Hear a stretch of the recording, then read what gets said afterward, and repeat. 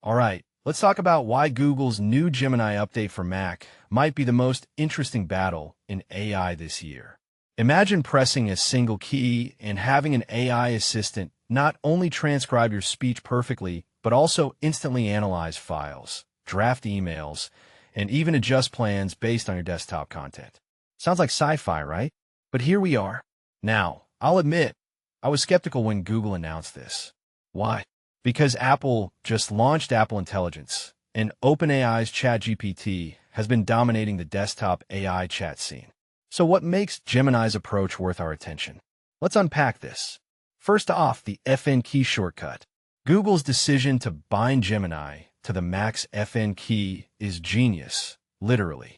It's a system-wide tool that feels native like Spotlight or Siri got a steroid injection. But here's what's wild. Unlike ChatGPT's Mac app, which dumps responses into a floating window, Gemini writes directly into your documents. No copy-pasting, no squeeching ups. It's like having a ghostwriter living in your keyboard. But wait, should we be worried about that? Because this isn't running locally. Every query, every document you feed it, goes to Google's servers. And that's where the privacy debate heats up. Let's break down the demo example. User says, "Hey Gemini, plan a team dinner using these files." Gemini scans 5 documents, dietary needs, menus, budget policies, without opening a single app.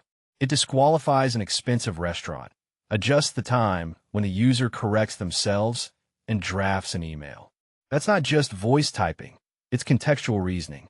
But here's the kicker. Apple's private cloud compute promises security by processing sensitive tasks without storing data. Google? Their policy explicitly allows data retention and even human review. So you're trading convenience for privacy. Is that a fair deal? I'm not sure. What I do know is that this reflects a bigger divide in AI philosophy. Cloud scale power versus on-device security.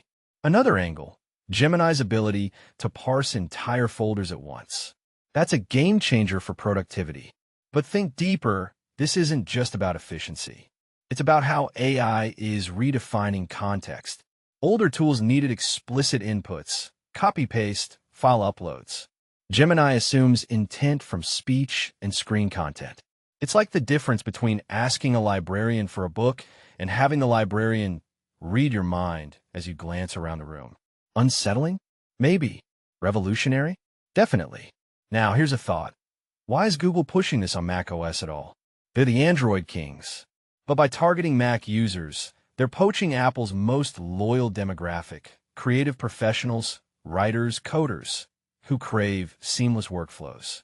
And let's be honest, if Gemini can execute complex tasks faster than Apple's own tools, it'll force Tim Cook's team to accelerate their AI roadmap. This isn't just an app update. It's a strategic land grab in the AI arms race. But let's zoom out.